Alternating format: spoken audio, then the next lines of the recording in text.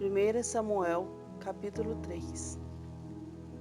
O jovem Samuel servia ao Senhor perante Eli. Naqueles dias, a palavra do Senhor era muito rara. As visões não eram frequentes.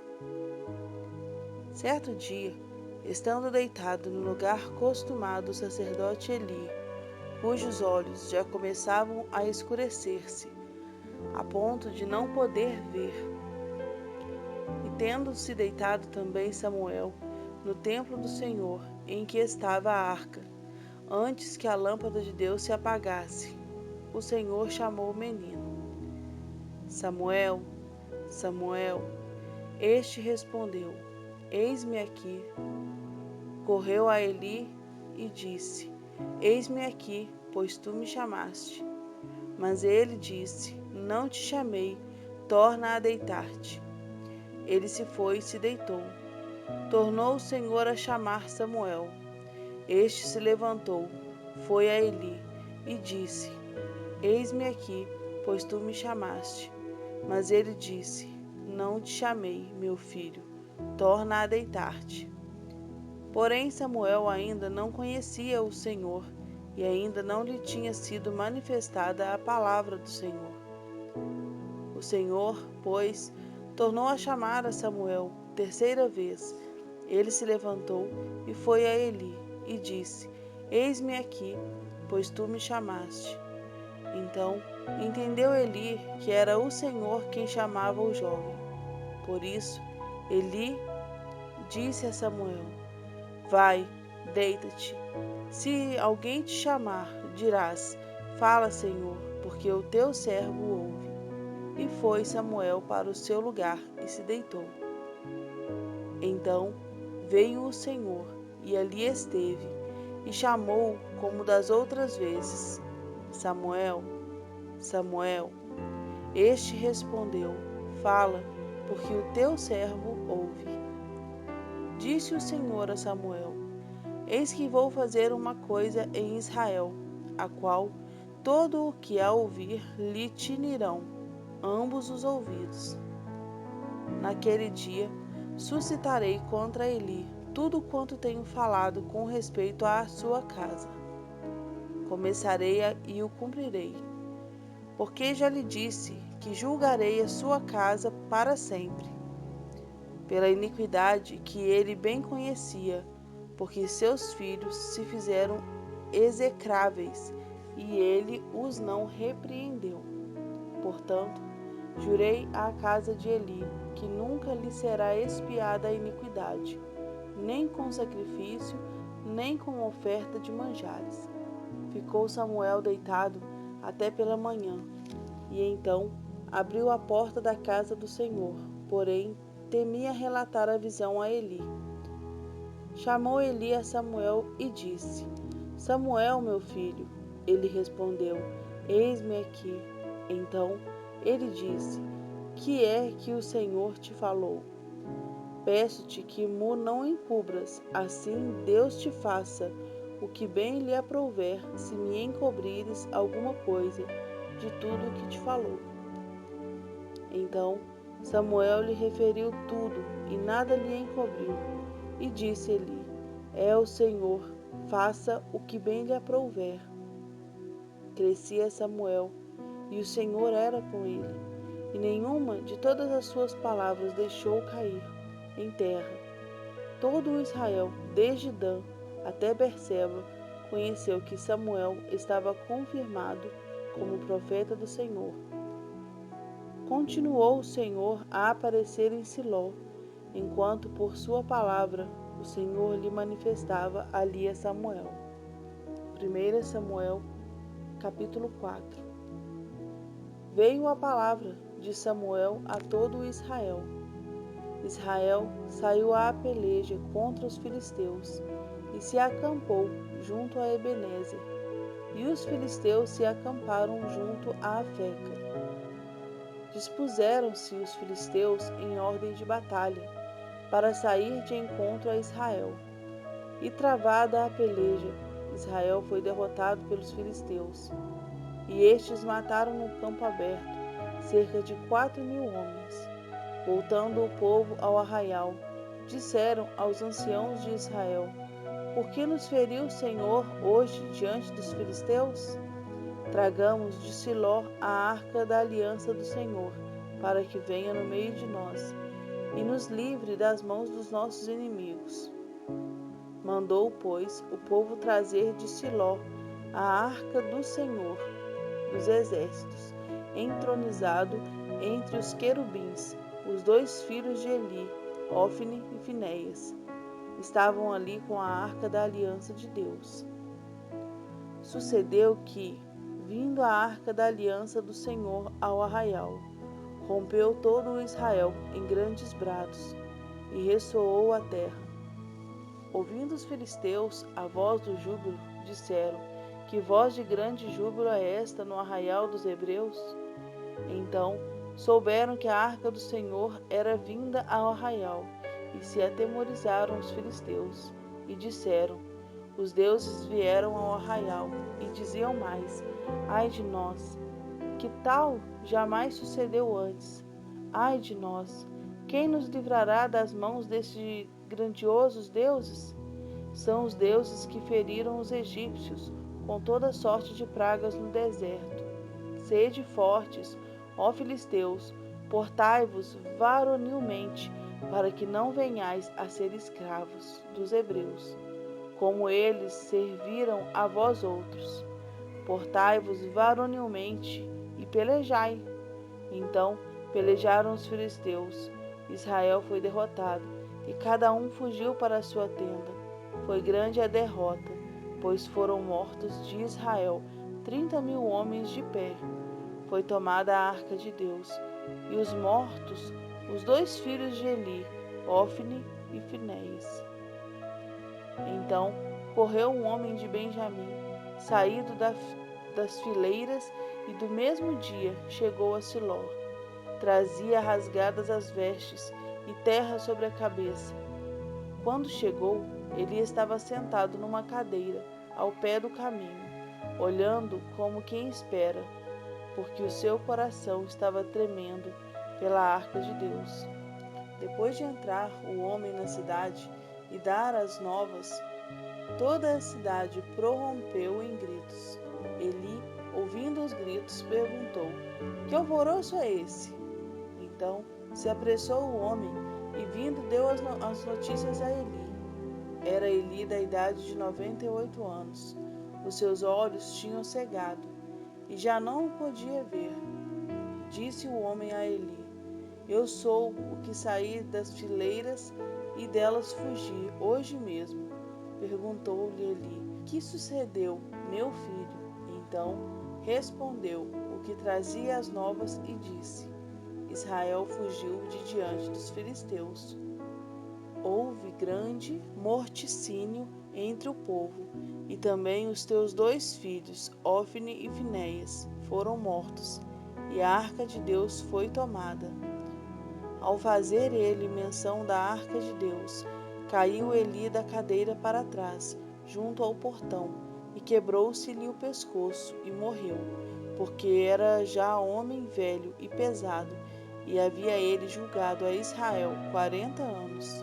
Estando sua nora, a mulher de Finéias, grávida, e próxima ao parto, ouvindo estas novas de que a arca de Deus fora tomada e de que seu sogro, o seu marido, morreram, encurvou-se e deu à luz, porquanto as dores lhe sobrevieram. Ao expirar, disseram as mulheres que a assistiam: Não temas, pois tiveste um filho. Ela, porém, não respondeu, nem fez caso disso, mas chamou o menino e acabou, dizendo: Foi-se a glória de Israel. Isto ela disse, porque a arca de Deus fora tomada, e por causa de seu sogro e de seu marido. E falou mais: Foi-se a glória de Israel, pois foi tomada a arca de Deus. Salmo 121. Elevo os olhos para os montes. De onde me virá o socorro? O meu socorro vem do Senhor, que fez o céu e a terra. Ele não permitirá que os teus pés vacilem. não dormitará aquele que te guarda. É certo que não dormita, nem dorme o guarda de Israel. O Senhor é quem te guarda. O Senhor é a tua sombra à tua direita. De dia não te molestará o sol, nem de noite a lua. O Senhor te guardará de todo mal, guardará a tua alma. O Senhor guardará a tua saída e a tua entrada, desde agora e para sempre. 1 Coríntios, capítulo 15. Irmãos, venho lembrar-vos o Evangelho que vos anunciei, o qual recebestes e no qual ainda perseverais. Por ele também sois salvos, se retiverdes a palavra, tal como vô-la preguei, a menos que tenhais crido em vão. Antes de tudo, vos entreguei o que também recebi, que Cristo morreu pelos nossos pecados, segundo as Escrituras, e que foi sepultado e ressuscitou ao terceiro dia, segundo as Escrituras. E apareceu a Cefas, e depois aos 12. Depois foi visto por mais de 500 irmãos de uma só vez, dos quais a maioria sobrevive até agora. Porém, alguns já dormem. Depois foi visto por Tiago mais tarde, por todos os apóstolos, e, afinal, depois de todos, foi visto também por mim, como por um nascido fora de tempo. Porque eu sou o menor dos apóstolos, que mesmo não sou digno de ser chamado apóstolo, pois persegui a igreja de Deus. Mas, pela graça de Deus, sou o que sou, e a sua graça que me foi concedida não se tornou vã. Antes, trabalhei muito mais do que todos eles. Todavia, não eu, mas a graça de Deus comigo. Portanto, seja eu ou sejam eles, assim pregamos e assim crestes. Ora, se é corrente pregar-se que Cristo ressuscitou dentre os mortos, como, pois, afirmam alguns dentre vós que não há ressurreição de mortos? E se não há ressurreição de mortos, então Cristo não ressuscitou. E se Cristo não ressuscitou, é vã a nossa pregação e vã a vossa fé. E somos tidos por falsas testemunhas de Deus, porque temos asseverado contra Deus que ele ressuscitou a Cristo, ao qual ele não ressuscitou, se é certo que os mortos não ressuscitam. Porque, se os mortos não ressuscitam, também Cristo não ressuscitou. E, se Cristo não ressuscitou, é vã a vossa fé, e ainda permaneceis nos vossos pecados. E ainda mais, os que dormiram em Cristo pereceram. Se a nossa esperança em Cristo se limita apenas a esta vida, somos os mais infelizes de todos os homens. Mas, de fato, Cristo ressuscitou dentre os mortos, sendo ele as primícias dos que dormem. Visto que a morte veio por um homem, também por um homem veio a ressurreição dos mortos. Porque assim como em Adão todos morrem, assim também todos serão vivificados em Cristo. Cada um, porém, por sua própria ordem. Cristo, as primícias, depois os que são de Cristo na sua vinda. E então virá o fim, quando ele entregar o reino ao Deus e Pai, quando houver destruído todo o principado, bem como toda a potestade e poder, porque convém que ele reine até que haja posto todos os inimigos debaixo dos pés. O último inimigo a ser destruído é a morte, porque todas as coisas sujeitou debaixo dos pés. E quando diz que todas as coisas lhe estão sujeitas, certamente exclui aquele que tudo lhe subordinou. Quando, porém, todas as coisas lhe estiveram sujeitas, então o próprio Filho também se sujeitará àquele que todas as coisas lhe sujeitou, para que Deus seja tudo em todos. Doutra maneira, que farão os que se batizam por causa dos mortos? Se absolutamente os mortos não ressuscitam, por que se batizam por causa deles? E, porque também nós nos expomos a perigos a toda hora? Dia após dia morro. Eu o protesto, irmãos, pela glória que tenho em vós outros, em Cristo Jesus, nosso Senhor. Se, como homem, lutei em Éfeso com feras, que me aproveita isso?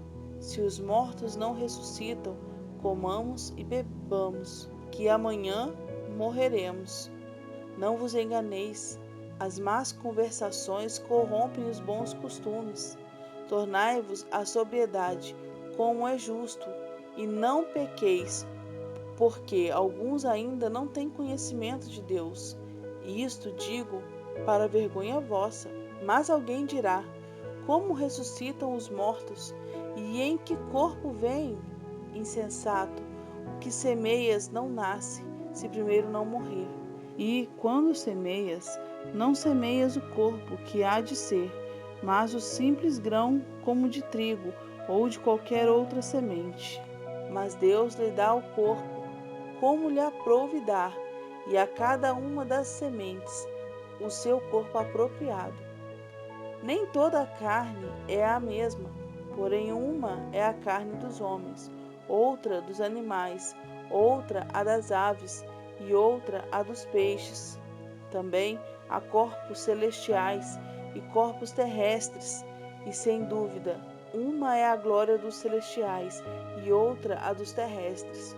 Uma é a glória do sol, outra a glória da lua, e outra a das estrelas, porque até entre estrela e estrela há diferença de esplendor, pois assim também é a ressurreição dos mortos.